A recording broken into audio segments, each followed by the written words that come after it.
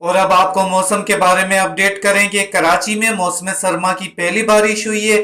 کراچی کے کچھ علاقوں میں بارش اور بعض علاقوں میں بادل چھا جانے کی اطلاعات ہیں۔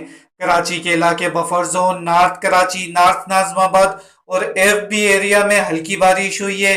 ملک کے باقی شہروں کے موسم کے بارے میں بتائیں کہ پنجاب میں بھی موسم سرما کی پہلی بارش ہوئی ہے، جس سے سردی کی شدت بڑھ گئی ہے۔ لاہور کے مختلف علاقوں میں ہلکی بارش سے موسم خوشگوار ہو گیا ہے۔ کوئٹہ، زیارت اور قلعہ سیف اللہ میں پہاڑوں نے سفیدی اوڑھ لی ہے، جبکہ وادی کوئٹہ میں سردی کی شدت بڑھ گئی ہے۔